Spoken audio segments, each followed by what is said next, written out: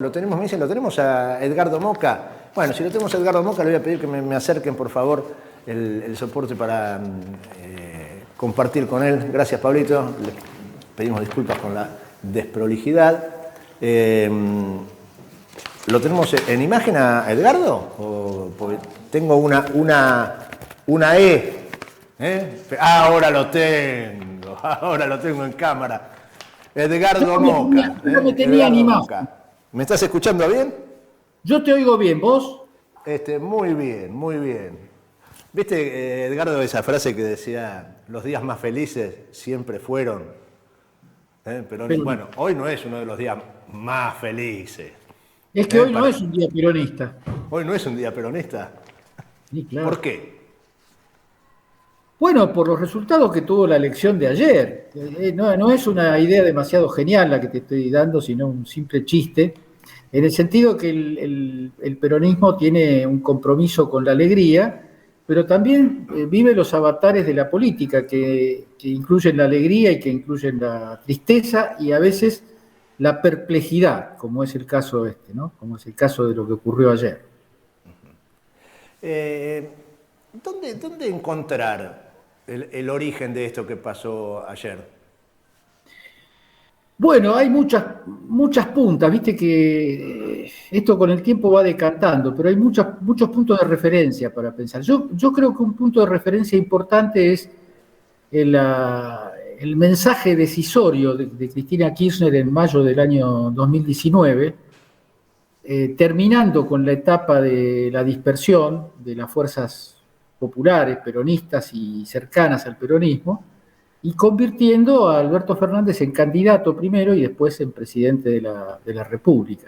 Digo esto porque las victorias electorales y las derrotas electorales pueden también ser resultados del mismo proceso, resultado incluso de la misma decisión. Seguramente si hoy haces una encuesta improvisada, digamos, entre simpatizantes del kirchnerismo, del peronismo, te van a decir que la propuesta de Cristina se reveló como equivocada por el resultado de ayer.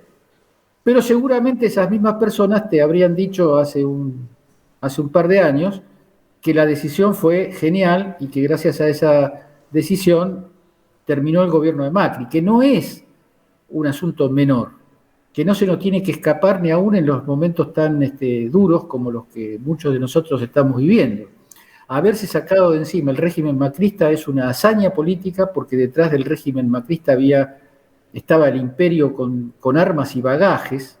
Se gastaron decenas de miles de millones de dólares, se gastaron entre comillas, se las fugaron en realidad, pero el préstamo del Fondo Monetario no es un mecanismo burocrático que se activó. Fue el gobierno de Trump tratando de que en su patio trasero no aparezcan nuevas formas de insubordinación a los dictados norteamericanos. Entonces, ahora entonces hay que decir que eso parecía que estaba bien, pero estuvo mal, porque ahora perdimos. Yo no creo que las cosas sean así. Yo creo que lo que sí hay es que en la trama de la decisión de Cristina hay una complejidad que no sé si todos llegamos a percibir, que es la necesidad de unir fuerzas y dirigentes y personajes de muy diferente, no solo de muy diferente formación, sino de muy diferente pasado cercano. En la composición del Frente hay personas que durante los años 2008-2015 estuvieron en veredas, 2008-2017 sería más justo decir, sí, o 2008-2019, que estuvieron en veredas directamente enfrentadas, duramente enfrentadas, pero no enfrentadas porque se enojaran personalmente, enfrentadas por una interpretación de la Argentina, de su lugar en el mundo, de su lugar en la región, de su Estado, de su sociedad, de su ideología, y eso se suturó con una decisión política de autoridad que tomó quien tenía esa autoridad, pero obviamente esa sutura es una sutura problemática. Y los 2 años de gobierno de Alberto, más allá del fenómeno de la pandemia, que seguramente le vamos a tener que dedicar alguna referencia, en esos 2 años tuvimos un gobierno que de alguna manera era recuperación de la experiencia de los gobiernos de Néstor y Cristina, pero también no era una recuperación, ¿no? Ese asunto de volver, pero volver mejores, tuvo tantas interpretaciones como corrientes internas tenía y tiene el Frente de Todos. Entonces, el balance de estos 2 años es muy, muy importante la respuesta a la pandemia, muy importante la actitud de cuidado, muy importante el cambio de modo de relacionarse con el mundo y en particular en la región es cualitativamente un hecho muy, muy rescatable y no menor. Pero al mismo tiempo, la imagen que el gobierno argentino tuvo de la sociedad argentina, voy a tratar de hacer esto en la menor cantidad de palabras posible, cambió, porque la imagen, la situación de Cristina y de Néstor, especialmente de Cristina, fue una situación conflictiva, una situación de enfrentamiento y de denuncia mutua respecto de los sectores más poderosos de la Argentina, los grandes conglomerados mediáticos, las grandes multinacionales que explotan nuestros recursos naturales, un conjunto de aspectos que se construyeron en forma de un antagonismo que se desarrolló pacíficamente, hasta donde pudo ser pacífico, pero digamos no fue sangriento, pero sí fue creador de una instancia, de un modo de ser de la Argentina. Entonces eso varió. Especialmente los primeros tiempos del gobierno de Alberto Fernández fueron tiempos de búsqueda de una plataforma común, de un núcleo común de entendimiento. Todos recordamos las primeras acciones en relación a la pandemia entre el gobierno de la ciudad y el gobierno nacional, una cosa de contemporización, de trabajo en común, y como no podía ser de otro modo, porque no se trata simplemente de partidos y de cuadros de partidos, sino de fuerzas sociales que chocan, que tienen intereses que son contradictorios. Choques de intereses y una constelación de intereses que ya considera que la Argentina es de ellos, ¿no? Los grandes grupos ojeros y los grandes grupos mediáticos, por hacer una definición un poco vulgar, porque es mucho más complejo, creen que no solo son un partido político de la Argentina, sino que son el correlato, el sustituto del Estado argentino, que tienen derecho a tomar decisiones a nombre del Estado argentino. Y esto no es una metáfora. El grupo Clarín inhibió por medio de la justicia la declaración de interés público de los TICs, de los servicios de extinción. Entonces, esas son decisiones que en la teoría política siempre toma el Estado. ¿Qué cosa es pública, qué cosa es privada? Para eso existen los Estados. Pero estos grupos se consideran a sí mismos el Estado. Entonces, sí. Edgardo, ayer mismo Alberto y bueno, todos estos meses, y siempre nos encargamos de remarcar que hay dos modelos en juego. A mí me parece que ahí hay como un callejón sin salida, ¿no? Porque eso es indudable, que hay dos modelos, vos lo venías describiendo, está claro. También es cierto que el gobierno nacional no logró darle respuesta a las urgencias y las demandas más inmediatas de nuestro pueblo, de los sectores populares, fundamentalmente. Y de aquellos sectores populares que están con un pie afuera del modelo económico formal, por ser generosos, ¿no? Con un pie con mucha suerte. Por eso, por ser generosos. Y a este gobierno se lo votó para eso. Lo que no sorprende, pero sí a uno le impacta, es cómo este mismo pueblo que hace 2 años construyó esa gesta tremenda y una victoria colosal contra el macrismo, como vos la describías, 2 años después, ante la falta de respuestas a sus necesidades, el camino que visualiza como posible es el de su verdugo. Sí, cuando hablamos de los proyectos en curso, estamos hablando, incluyendo en ese concepto lo elemental, que es la alimentación, cierta estabilidad en los precios, salarios que superen a la inflación, un conjunto de atributos muy modestos. Hay que decir que la Argentina, hoy me estaba acordando en una conversación con amigos y compañeros de mi infancia. puede ser que estos grandes choques que ocurren en la historia a uno lo lleven a los lugares primigenios. Porque yo, ¿en qué sentido me acordaba de mi infancia? Era otra Argentina. Tener un 40% de pobreza, Milcíades, No. es ser otro país. Y cuando hablamos de proyectos en disputa, hablamos esencialmente de eso.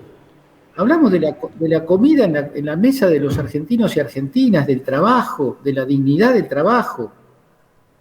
Fíjate que los tipos se dan, ¿hasta dónde estará el tema de los proyectos que se dan el lujo de tirar un proyecto de ley? No de tirar un espacio publicitario, sino un proyecto de ley que entra al Congreso para cambiar la modalidad de los despidos, para violar el artículo 14 bis de la Constitución que dice que una de las cosas que no se pueden hacer es los despidos arbitrarios. Si se instaura la ley, no se puede instaurar la ley más que violando la Constitución, ¿no? Eso hay que dejarlo claro. Pero supongamos que la Corte Suprema dice que la Constitución no dice lo que dice que dice lo contrario de lo que dice. Porque esto ha ocurrido en más de una ocasión, así que no sería nada raro. Entonces, ¿de qué estamos hablando? Una vez más estamos hablando de romper la espina dorsal de la Argentina peronista. En algún momento el gran pensador, gran historiador, para mi gusto muy antiperonista, Tulio Alperindongui, en la época de Menem, habló de que finalmente había llegado el fin de la Argentina peronista, con Menem y Cavallo. No tuvo razón Alperindongui, porque después vino la crisis de 2001 y después vino Néstor. Pero una y otra vez la historia argentina se encuentra con este tema.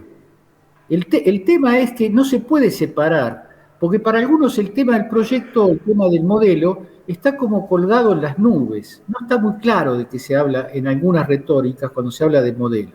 Pero cuando se habla de millones de personas en la pobreza y cuando se habla de precios que no se pueden controlar, vos decías, es la economía estúpido. Es decir, vos no lo decía Carlos, ¿no? Pero es la economía estúpido, pero la economía en definitiva es la política. Porque si yo gano la elección, tengo que ejercer el mando que me da el triunfo electoral y tomar medidas en términos económicos. O sea, para que la economía exista tiene que haber una decisión política en una dirección o en otra dirección. Este gobierno ha tenido ese pecado original, que ahora yo creo que le va la vida en modificar esa cuestión, que es la de ejercer el poder, ejercerlo con respeto de la Constitución, con respeto al pluralismo y el republicanismo y todo lo que sea. Pero ejercerlo, porque si no, no hay democracia, si no hay un gobierno elegido por el pueblo que realmente cumpla con los compromisos que le hizo al pueblo, de democracia no se puede hablar, se podrá hablar y te pone en un riesgo. Yo por eso estos días, cuando en los finales de la campaña Alberto hablaba, bueno, gobernamos 99 días. Bueno, está bien, pero esos 99 días también fueron deficitarios en cuanto que eran los 99 días, no eran cualquier 99 días. Los primeros eran los decisivos. Eran los decisivos. Y preguntémosle a Macri si no fueron decisivos para instalar el modelo neoliberal. Entonces digo, ahí hay un debe, y ahora tenemos un problema, que es una sociedad que parece de necesitar del diálogo, pedir diálogo, salvo expresiones que nos encienden señales de alerta potentísimas, con un discurso violento en los límites del sistema, o a mi gusto, totalmente afuera ya del sistema, y que requerirían de la derecha democrática, si eso existiera, repudios mucho más contundentes, porque la situación es grave. Pero digo, en una búsqueda de ampliar horizontes políticos, porque a mi gusto en esta elección ha quedado demostrado que ha votado el núcleo duro del llamado kirchnerismo, peronismo, ese 30% que respaldó al gobierno, se puede decir es el núcleo duro, y con eso no alcanza, ya lo aprendimos. Ahora, si hay que ir a buscar hacia el centro respaldo, ¿cómo se va a buscar hacia el centro respaldo si lo que tenemos que buscar en estos momentos es tensionar con los factores del poder económico, para que haya más producción, para que haya más trabajo y sobre todo para que haya distribución equitativa o algo parecido. Voy a aprovechar tu reflexión aritmética, el 30%, para introducir una anomalía, que es que la votación kirchnerista rondó entre el 30% y el 55%, que fue la elección del 2011. Es decir, acá hay mucha gente, muchísimos argentinos y argentinas que llegaron a ser atraídos, seducidos, no solamente en el 2011, sino incluso en el 2019, por una promesa, por un proyecto, y que no se sienten expresados 2 años después de abierto el nuevo proceso político, sienten que no han sido satisfechas sus demandas.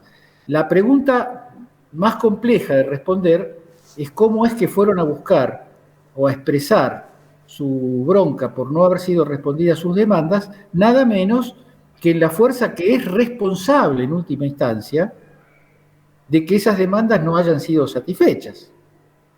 Porque la deuda externa que dejó Macri y los condicionamientos externos, la pérdida de densidad industrial de la Argentina, la caída del producto, el cierre de empresas, la clausura de la investigación científico-técnica, dejaron al país más débil.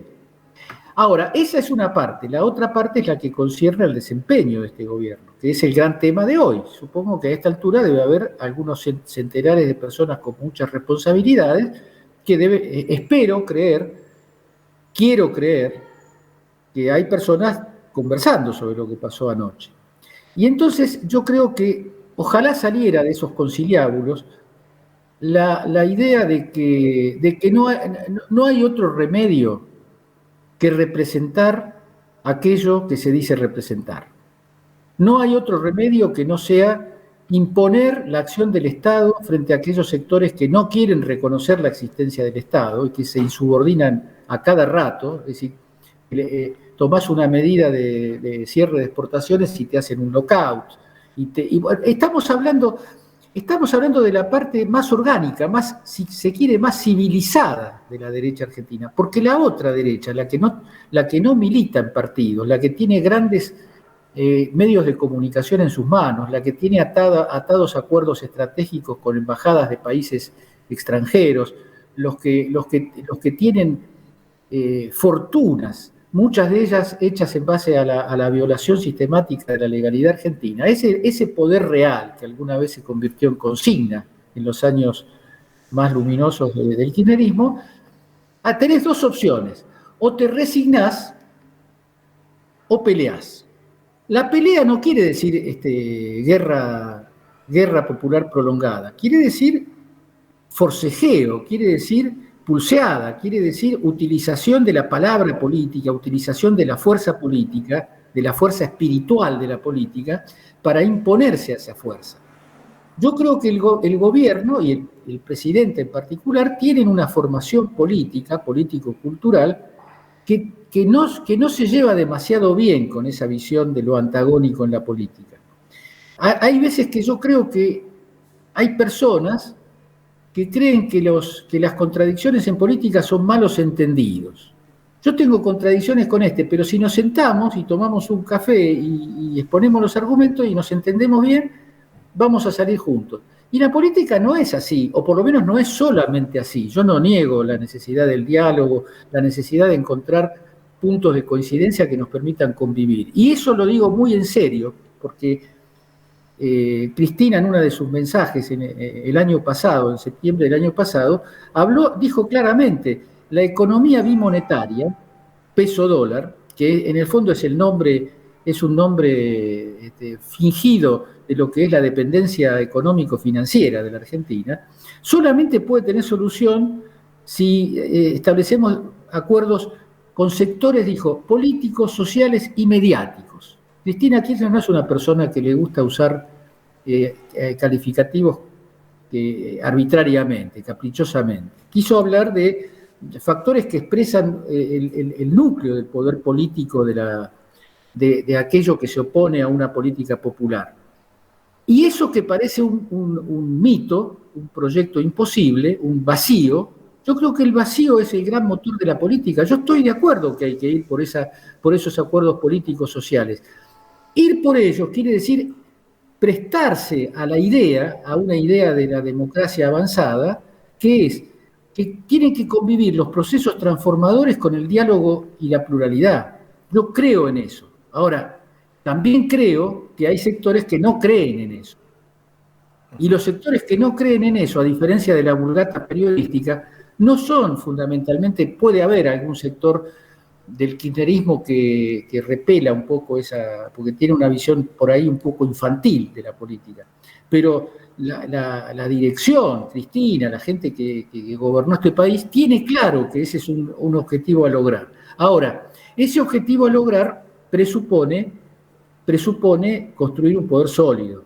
No se puede solamente bravuconear, no se puede bravuconear con eso.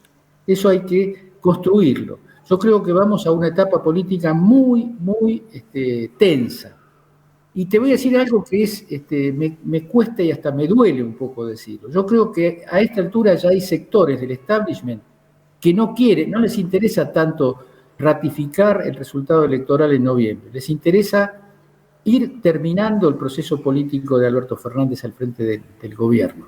Lo digo con desgarradora preocupación, porque viví toda mi vida en este país y sé las cosas que ocurren en este tipo de circunstancias. Por eso yo creo que tenemos que ser muy inteligentes, muy pacientes, muy generosos, no convertir el balance de lo que ocurrió ayer en una guerra de todos contra todos, de pedir las cabezas de del otro, de más allá, aunque yo creo que ya es obvio que tiene que haber cambios muy importantes en las políticas desde ya y en los elencos, porque si no cambian los elencos, las políticas no tienen patas las políticas les pone patas las personas.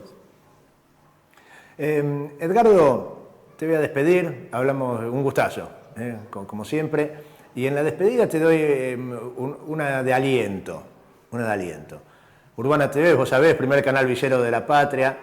Estamos en el barrio Padre Carlos Mujica. Tengo los mejores recuerdos. Mandale saludos a todos los compañeros y compañeras que laburan ahí porque son gente de oro. Muy bien, gracias. Y vos sabés que mantuvimos el invicto acá en la Villa 31. ¿Ah, sí? La Villa 31, que tiene historia, que tiene compromiso ideológico, que tiene la protección.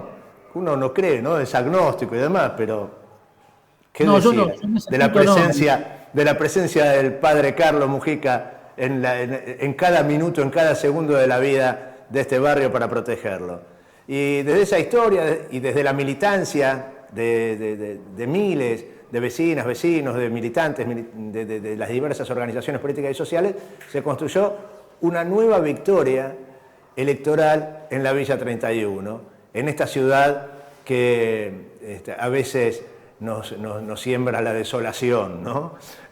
Y bueno, acá en la 31 nos siembra la esperanza, porque hay resistencia y hay convicciones, y se le volvió a dar un cachetazo fuerte a la prepotencia neoliberal de Rodríguez Larreta y de María Eugenia Vidal en este barrio, con casi el 50% de los votos. Orgullo y felicitaciones, como hubiéramos dicho en la década de 60 y 70, por una Villa 31 nacional y triunfante.